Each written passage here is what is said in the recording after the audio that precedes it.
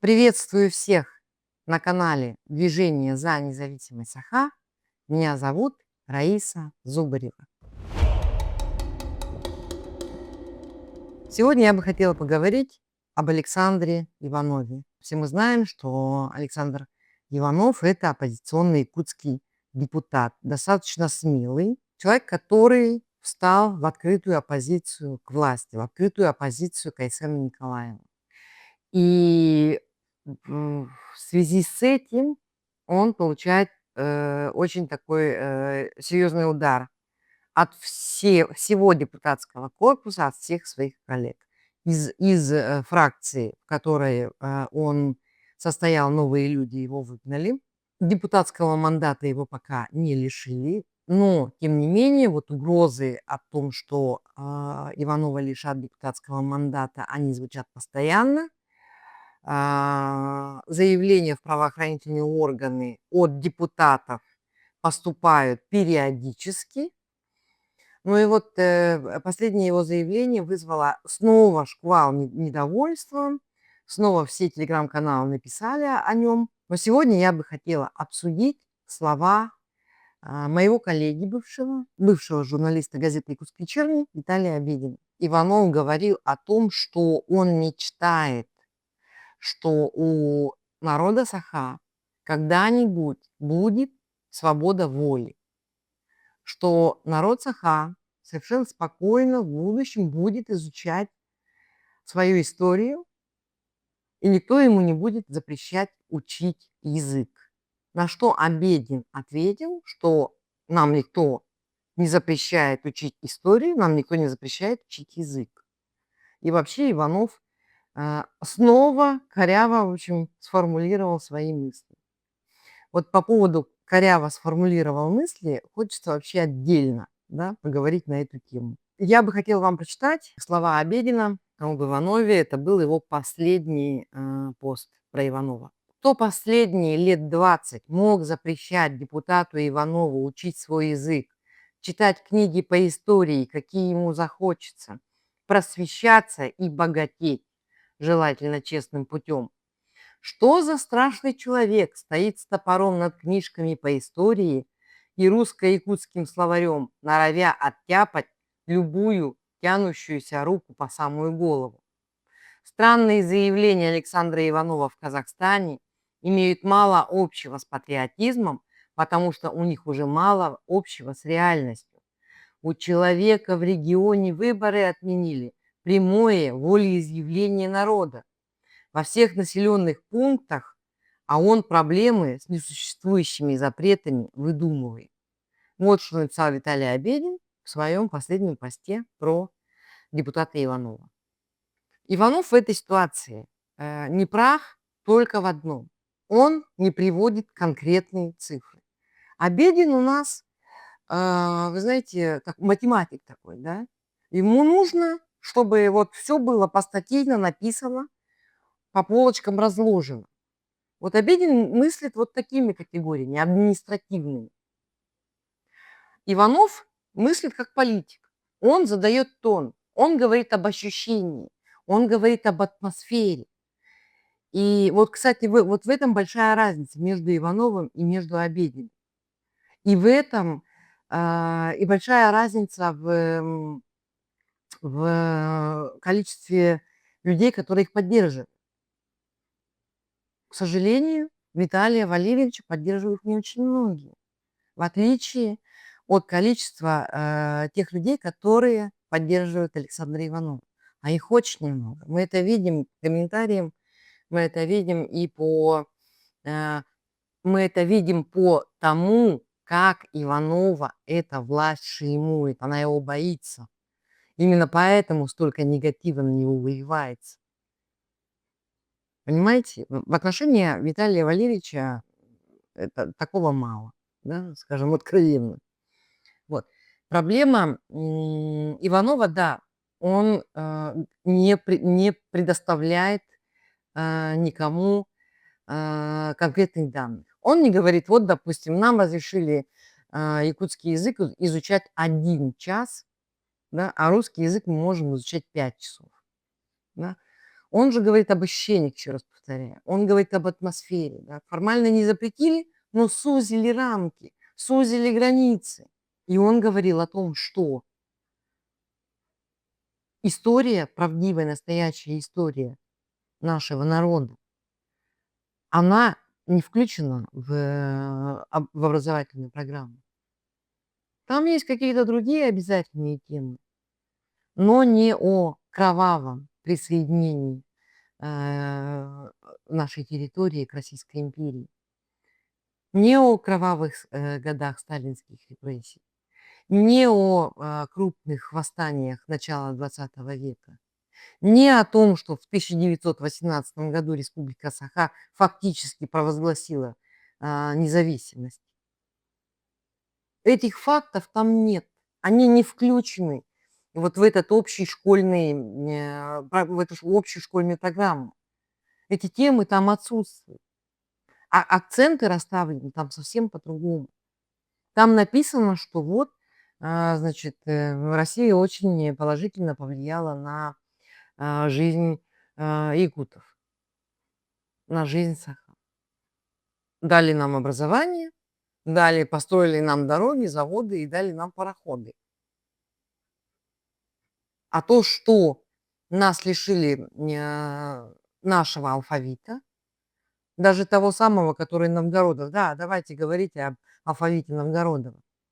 Насильственно сначала нас латиницы лишили, алфавита Новгородова нас лишили, и насильственно посадили нас на кириллицу.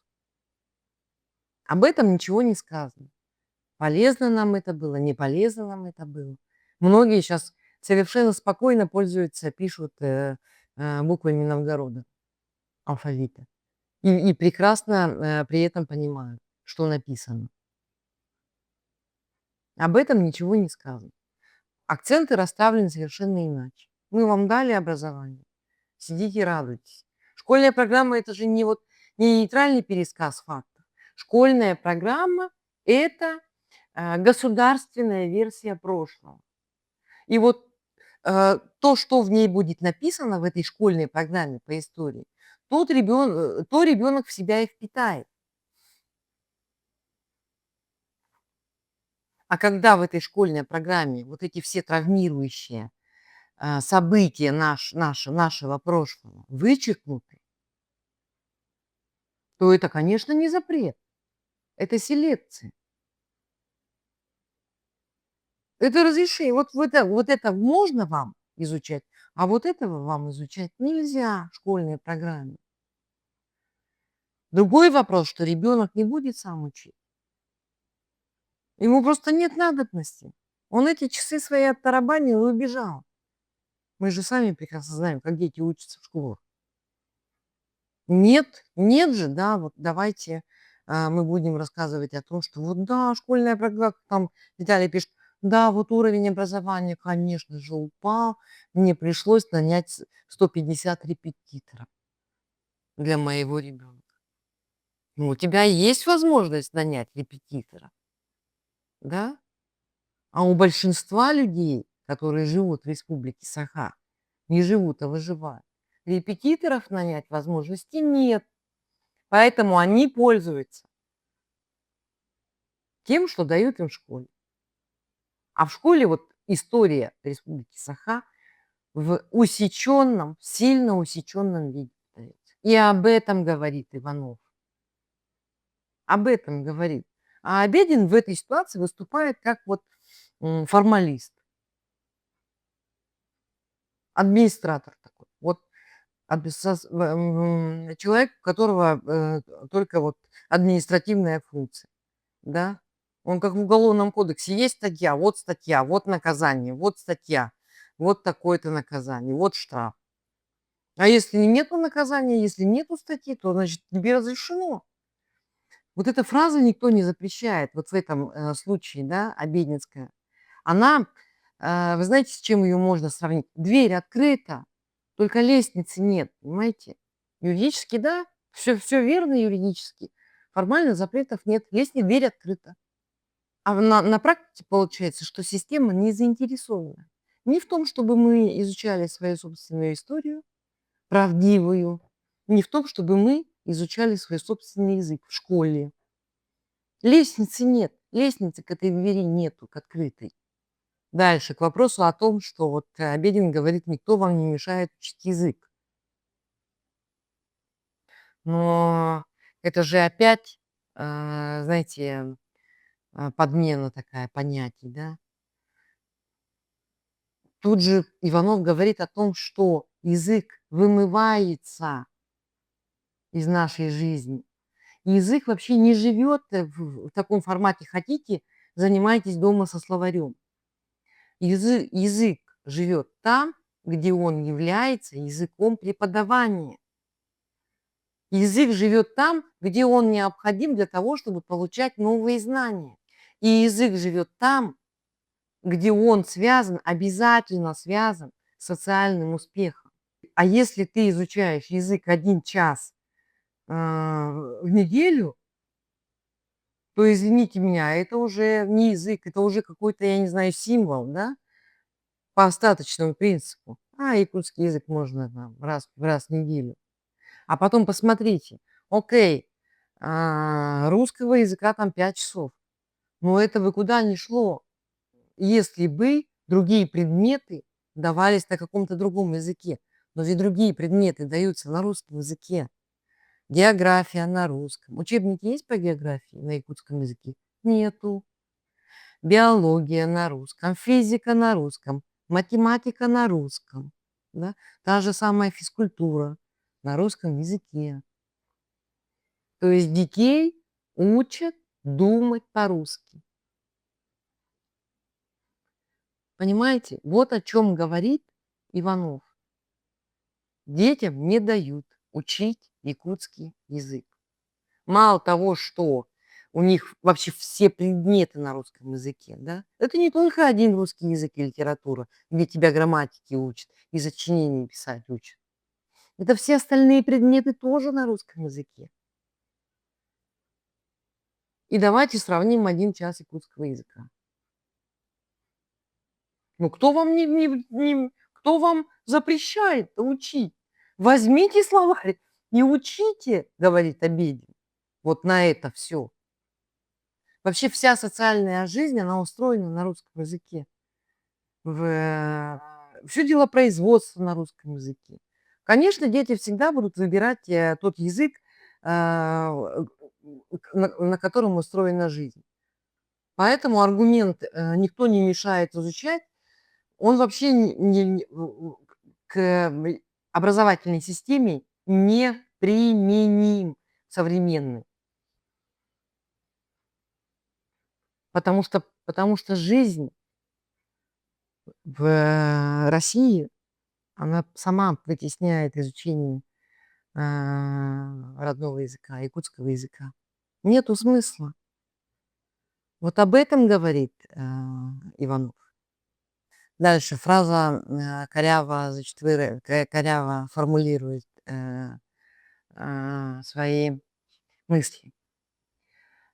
Очень некрасиво со стороны Виталия Валерьевича Обидина, на мой взгляд, указывать Иванову, что он коряво на русском языке формулирует свои мысли.